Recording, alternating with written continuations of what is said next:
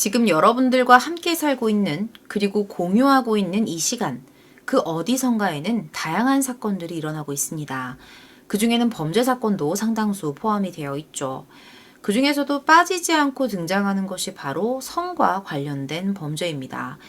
인간이 짐승과 다른 이유 중에 하나가 바로 이성이라는 감정을 가지는 것이라는 말이 있죠. 아마 성범죄자들에게는 이것이 해당되지는 않는 단어일 것입니다. 오늘 제가 준비한 사건은 이 성범죄라는 테두리 안에 속해 있는 하나의 사건을 바탕으로 하고 있습니다. 사건과 관련된 여러 사실들이 준비를 하는 과정에 있어서 마음을 많이 무겁게 했을 정도로 참 안타까운 사건입니다. 사건 자체에 대한 것뿐만 아니라 마지막에 말씀드릴 몇 가지 여담들이 있는데 이런 것들도 여러분들이 기억해 두실 만한 내용이 준비되어 있으니 끝까지 시청 부탁드립니다. 지금부터 사건에 대한 이야기를 차분한 마음으로 시작하겠습니다. 2012년 12월 16일 밤 11시경에 인도 델리의 외곽을 지나고 있었던 한 명의 행인이 있었습니다. 상당히 늦은 시간에 길을 가고 있었는데 여기서 뭔가 심상치 않은 것이 이 사람의 눈에 들어왔죠. 가까이 다가가 봤더니 한 남성과 여성이 의식을 잃고 쓰러져 있는 모습이었습니다. 소지품도 없었고요. 특히나 여성의 상태는 너무나도 심각했어요. 곧 이 행인은 구급차를 불렀고요. 곧바로 이 남성과 여성은 인근의 병원으로 후송됩니다. 진단 결과 남성은 갈비뼈 골절로 인한 부상을 입었지만 생명에는 지장이 없었어요. 그런데 이 여성의 상황이 너무 좋지 않았습니다. 내장기관의 대부분의 손상을 입어서 폐혈증 증세까지 보이는 상황이었던 거예요. 의료진들은 보다 전문적인 치료를 하기 위해서 그녀를 싱가포르에 위치한 대형 병원으로 이송을 해야 한다는 판단을 내리고 그 즉시 조치를 취했습니다. 하지만 그녀를 옮기는 과정에서도 상태가 계속해서 악화됐죠. 결국 이 여성은 혼수 상태에서의 의식을 회복하지 못한 채 길에서 발견된 지 거의 2주 만이었던 12월 29일 새벽에 사망하고 맙니다. 정신을 잃고 길에 쓰러져 있었던 두 명의 남녀. 그들에게 무슨 일이 있었던 걸까요? 행인에 의해서 발견되기 몇 시간 전으로 거슬러 올라가 보겠습니다.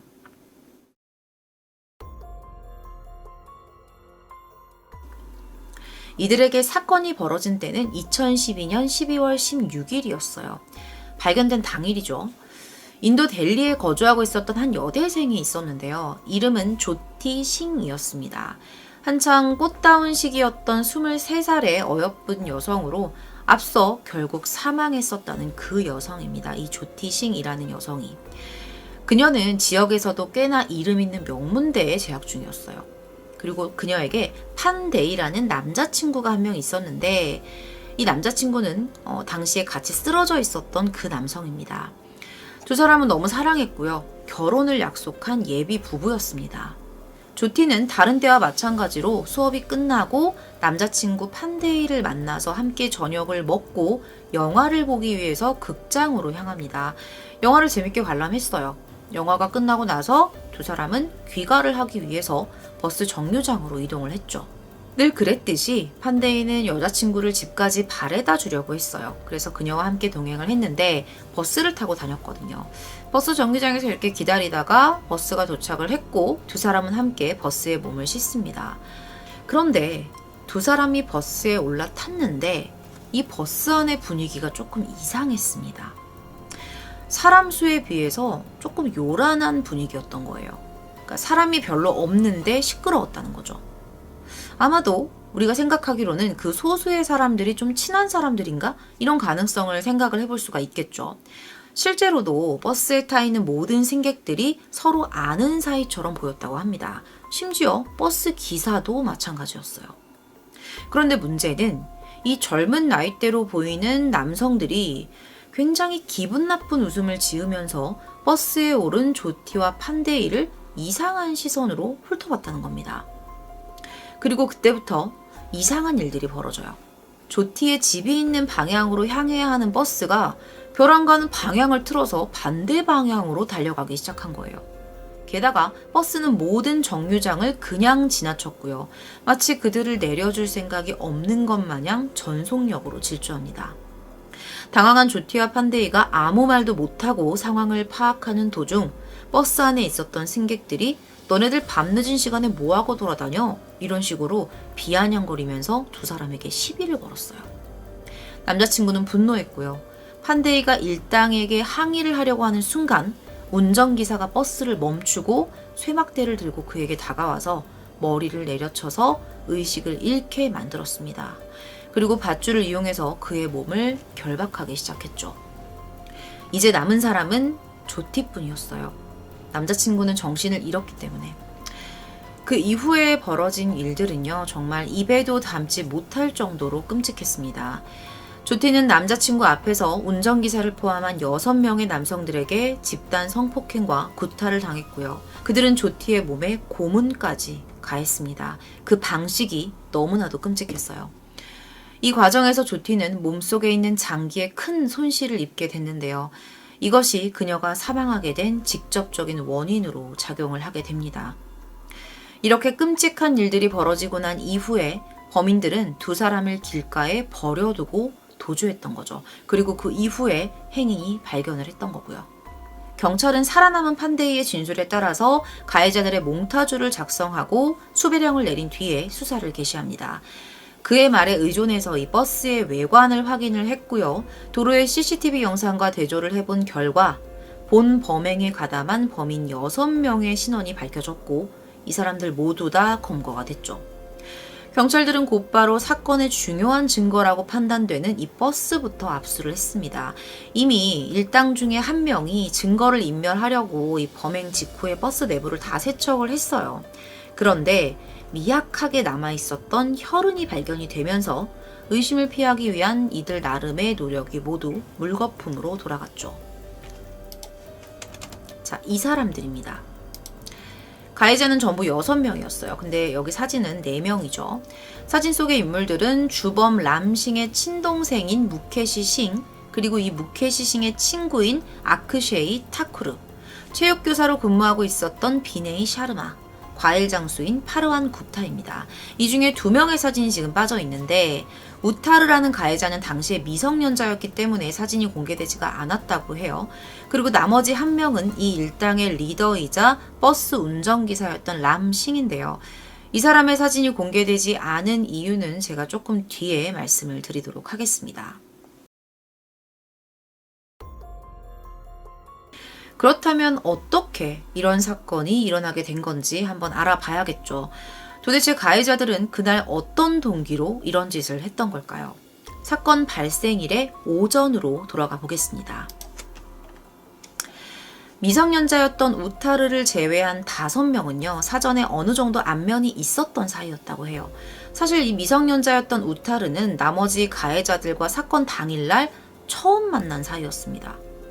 그들은 함께 버스를 타고 시내를 돌면서 식사를 하고 술도 마시고 자기들만의 어떤 시간을 가졌어요.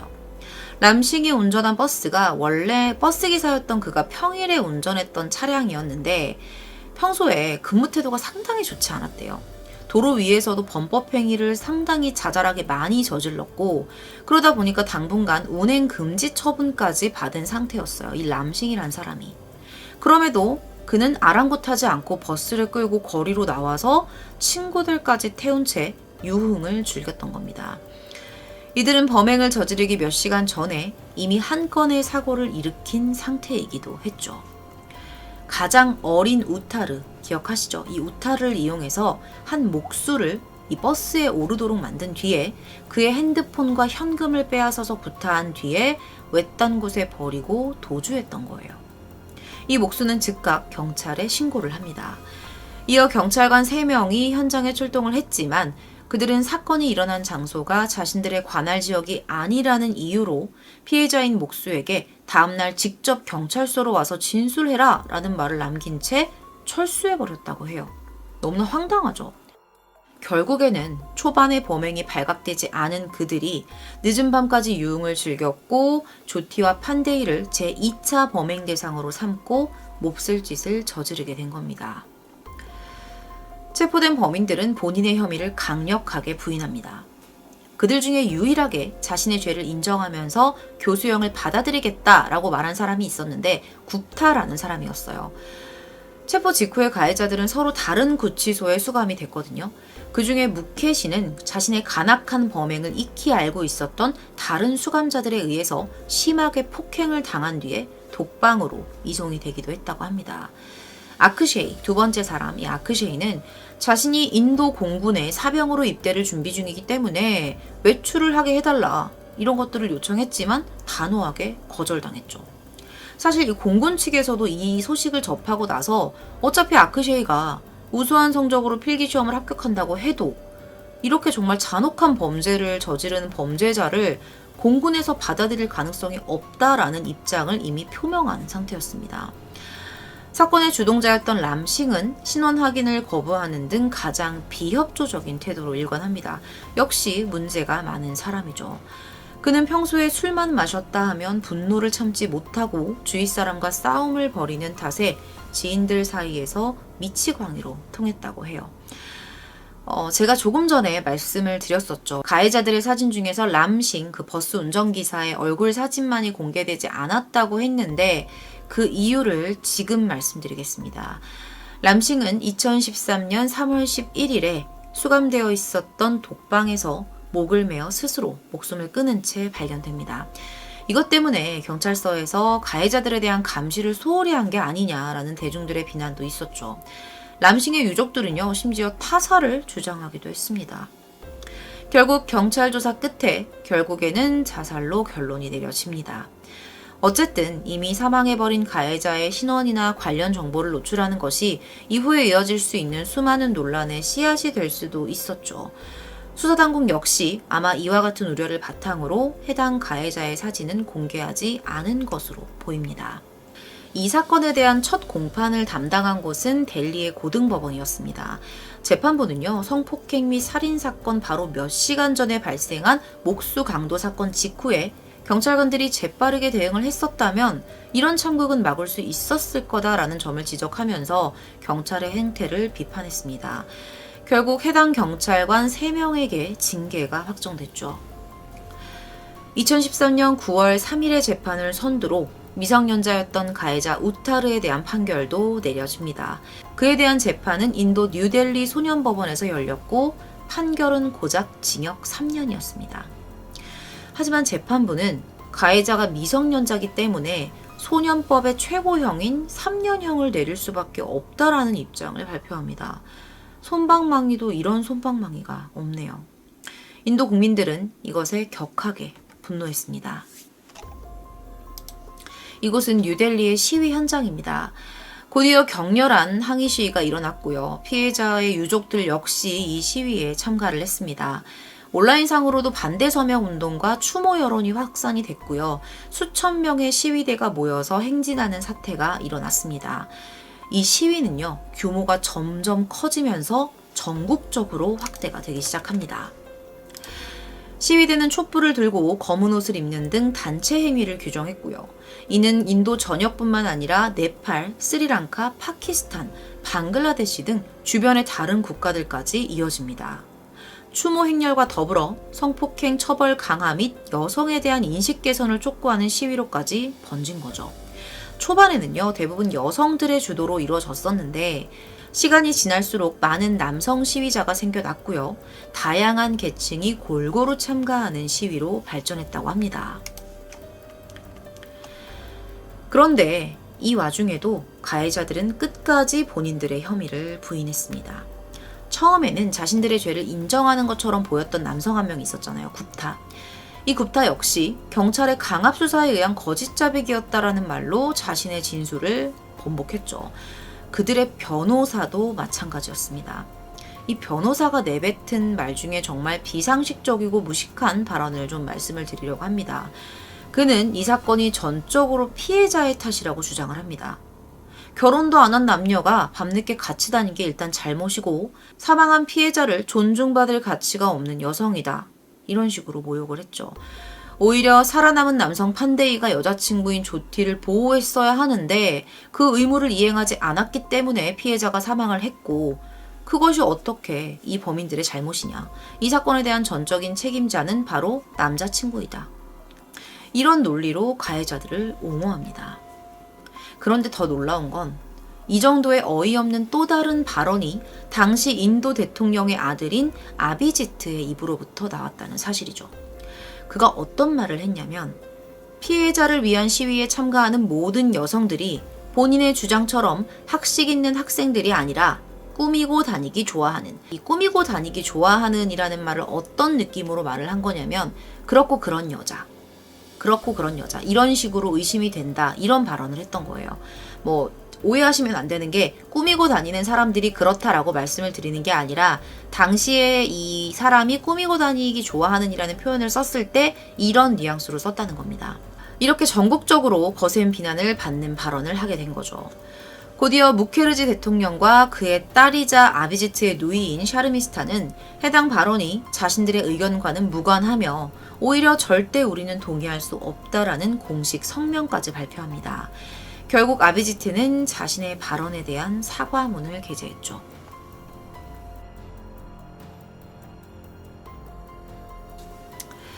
(2013년 9월 14일) 인도 뉴델리 지방에서 자살한 용의자 람싱을 제외하고 나머지 4명의 가해자들에 대한 재판이 개시됩니다. 이들 전부에게는 법정 최고형인 사형이 선고됐죠. 담당 판사는요, 해당 사건은 인도 전역을 경악시킨 악질 범죄로 절대 눈 감아줄 수 없다라는 말과 함께 곧바로 이어진 형량 축소 요청까지 기각합니다. 선고 후에 유족들과 법원 밖에서 대기하고 있던 시위대는 환호성을 질렀죠. 자, 그렇다면 이후에 가해자들은 어떻게 했을까요? 항소했습니다. 하지만 인도 대법원은 잔혹하고 야만적이며 극악무도한 범행의 성격을 이유로 들어서 항소를 기각했고 4명의 가해자들에게 사형을 선고한 2심의 판결을 확정합니다. 2015년 12월에 미성년자 가해자였던 우타르는 형기를 마친 뒤에 석방되었습니다. 그에게는 새로운 신분과 가명까지 주어졌다고 알려져 있어요. 해당 사건은 이렇게 마무리되었다고 볼 수 있겠습니다. 마치기 전에 이 사건에 대한 조금 놀라운 여담을 몇 가지 나눠보려고 해요. 첫 번째 여담은 2015년 3월 영국 BBC 방송에서 인도의 성폭행 문제를 다룬 다큐멘터리 인도의 딸을 제작하면서 이 사건의 범인 중에 한 명을 인터뷰를 했다고 합니다. 정확히 4명 중에 누구인지는 확인이 되지 않았어요. 인터뷰에 응한 범인은 반성하는 모습을 보이기는커녕 모든 잘못은 밤늦게 돌아다닌 피해자에게 있다, 옷차림을 지적하는 그런 발언까지 일삼았다고 합니다. 심지어 그녀가 반항만 하지 않았다면 죽이지는 않았을 것이다 라는 소리까지 했어요. 그동안 제가 다뤘던 수많은 사건 관련 영상 속의 범인들이 했던 말들과 어쩜 이렇게도 비슷할까요? 해당 다큐멘터리는 인도 정부에 의해서 방송 금지 처분을 받았지만 인터넷으로 이 보도를 접한 국민들의 분노는 상상을 초월했다고 합니다. 3월 5일에는 이 소식을 접한 인도 디마푸르주의 군중들이 현지 교도소까지 쳐들어가서 공사용 중장비로 감옥을 부수고 그 안에서 복역 중이던 성폭행범 1명을 거리로 끌고 나와서 잔인하게 폭행한 뒤 살해하는 사건까지 발생을 했습니다. 그들은 해당 남성을 발가벗긴 채 약 7km가량을 끌고 다니면서 죽을 때까지 구타했습니다. 이후에는 그 사체를 지역 명소인 시계탑에 전시하듯이 매달아 놓았다고 하네요. 두 번째로는 이 사건이 벌어진 지 한 달도 채 되지 않은 시기에 인도에서 또다시 유사한 사건이 발생했다는 거예요. 두 아이의 엄마였던 여성이 친정에서 시댁으로 가기 위해서 올라탄 버스에서 이 버스 운전기사와 안내원을 포함한 남성 7명에게 이런 일을 당했던 거죠. 기사는 여성의 목적지였던 마을로 가는 대신에 버스를 시내로 몰고 이후에 오토바이에 강제로 태워서 다른 남성들이 기다리고 있었던 한 가정집으로 데리고 들어가 범행을 저질렀다고 합니다. 다음으로는 피해자인 조티의 부모님과 관련된 여담입니다. 본래 인도에서는요, 피해자 혹은 피해자의 부모의 동의 없이는 실명 공개하는 것이 원칙적으로 금지가 되어 있다고 해요. 그런데 이 사건에서는 피해자의 부모가 딸의 실명을 자발적으로 공개를 하면서 오히려 피해자의 실명을 미공개 조치하는 관련 법안에 대한 반대 의사까지 명확하게 밝혔습니다. 이들이 딸의 실명을 공개했던 이유는요, 성폭행범으로부터 살아남은 다른 여성 피해자들에게 용기를 주고 싶은 마음과 딸을 추모하는 사람들이 그녀의 실명을 기억해 주었으면 하는 바람에서 비롯되었다고 합니다. 실제 조티의 부모님은 그녀를 너무나도 아꼈고요. 2명의 남자 형제가 있었는데 이 남자 형제보다도 이 딸에 대한 교육에 많은 관심을 가졌다고 알려져 있습니다. 이 사건은 인도 여성 인권 및 성폭행에 대한 국민적인 경각심을 이끈 사건으로 평가받고 있고요. 아직까지도 많은 인권 운동가들의 인식 속에 자리 잡고 있습니다. 여러분들은 오늘 이 사건을 보면서 어떤 생각을 하셨나요? 제가 오늘 준비한 이야기는 여기까지입니다. 세상 모든 범죄들이 더 이상 일어나지 않기를 바라며 오늘 사건을 마치도록 하겠습니다. 시청해주셔서 감사합니다.